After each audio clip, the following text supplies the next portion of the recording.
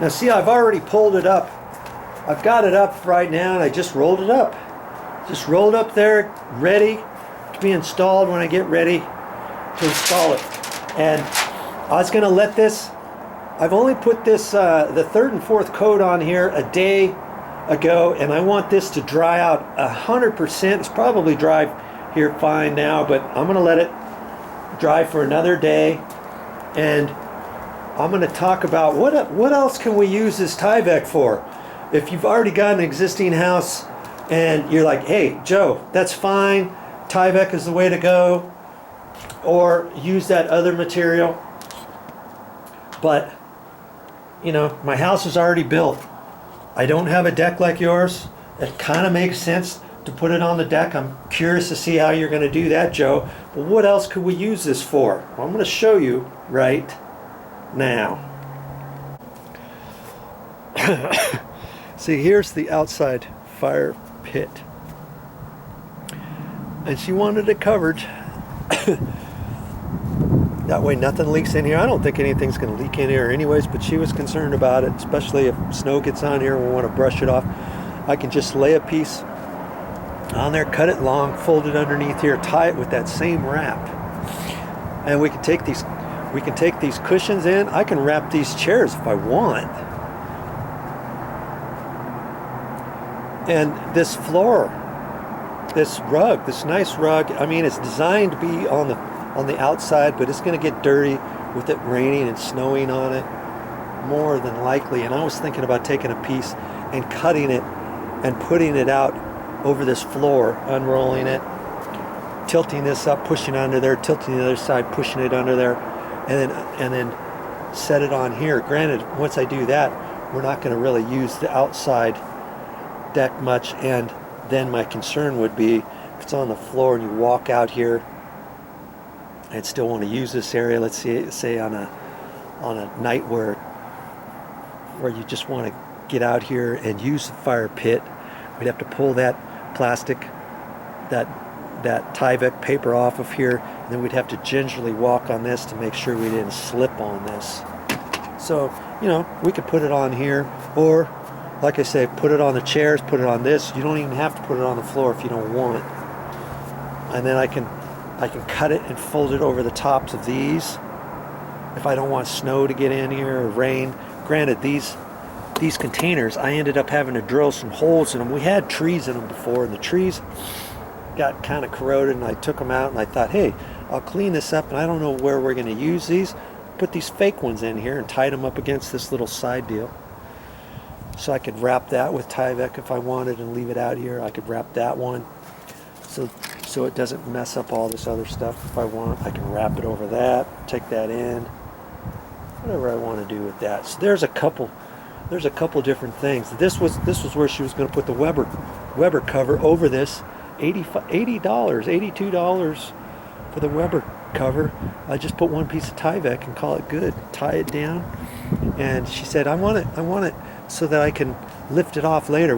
I can wrap it with that string, and then double wrap it, let's say, and then just tie a bow tie knot in it.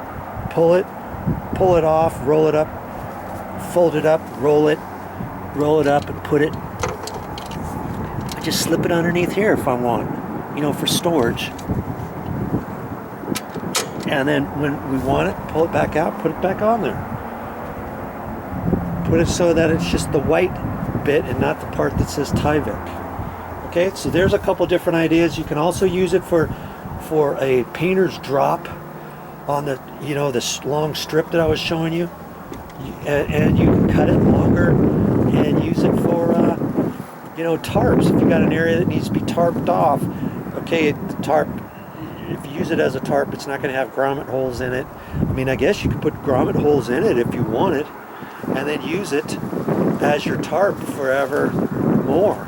That stuff is just as strong as tarp material, if not stronger.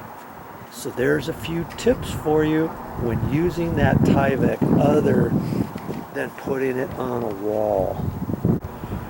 And speaking of walls, if you ask, hey, can you put it on the roof? Can you put it on a roof before you put your roofing material down? I would not suggest it because it's highly slippery. Okay, read the directions, look at the questions and answers on the internet, and if you have any other thoughts about it, talk to somebody who's installed the Tyvek before, but I've generally only seen it on walls. Well, I returned all that stuff to Home Depot. Incidentally, how much do you think? Granted, there was four 2x6s, 8-foot long, and then some air conditioning filters, 3 air conditioning filters that you didn't see, along with all that stuff that was down on the ground. $229. Yeah.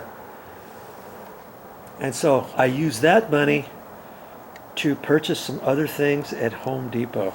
Okay, so look in your garage, and I'll about bet you that you've got at least $50, I'm going to guess, $50 worth of stuff in your garage that you could take back to the hardware store right this minute. Go out there and make yourself some money. Take that stuff back and put it in your pocket, ready for next time. I'm getting ready to put my tools away, and look, this is like 20 minutes later, 15-20 minutes later, it's still just sitting there. Just sitting there. We'll check it tomorrow morning. I'm anxious to see how much water is going to be left on there. Well, it's the next day. I wanted to peek out of there before and see if there was any water before I started making this video, and I thought, nothing doing. I want you to see what I see. I'm not gonna do anything until we open this door and we walk around the corner. Is that water still gonna be on that container? Look at that. Isn't that amazing? It's still there. It is still there. It looks like all of the water is still there. And they say it's a water barrier, but not to be used on the floor. And see, that's why I want to put that on the floor. As the water slopes down on this floor and goes out through there, it should not leak through, should it? And even if a little bit piles up right over there, maybe for 2 or 3 days before it dries up, say a 1/16 of an inch, let's say, I think it'll dry up before it actually leaks through the paper. So that's why I'm going to put the roll of Tyvek on the floor as a secondary water prevention for this floor. And if it gets through there and it gets through around the cracks or anything, then this floor should still take it out. I should never ever have a problem with this floor again, should I? Look at that. That's just, I actually thought some of the water would still be there, but that some of it would have leaked through into the bucket. Okay, I guess what I'm going to have to do to see if it's dripped at all is untie that. And so we're going to do, we'll pour the water over here and see if it, see what happens to it. There might not be enough water here for anything, but I'm just going to pour that.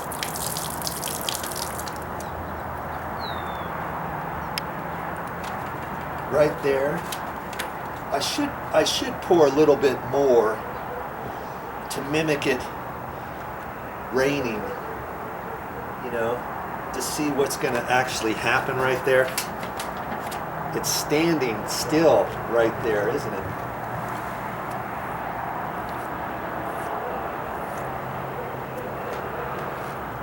I don't know if I'll ever be able to get that off, but let's just take a look at this, shall we? That's what you're wanting to see, huh? I'm going to undo this.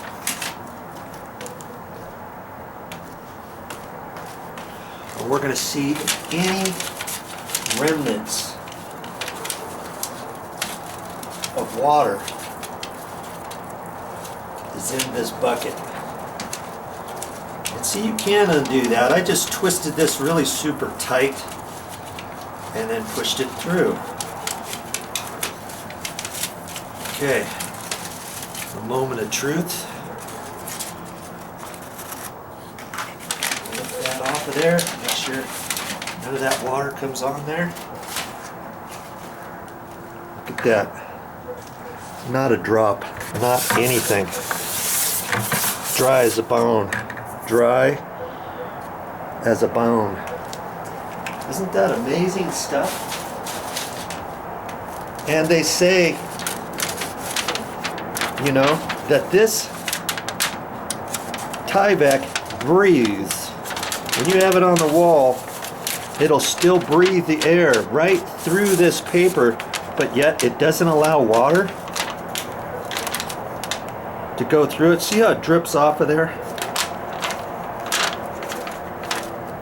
It just kind of beads up and runs off. And that's kind of how it works when you have it on the ground or on the wall. Okay, I'm gonna put a little bit more water in here, and we're gonna do a really good test over here.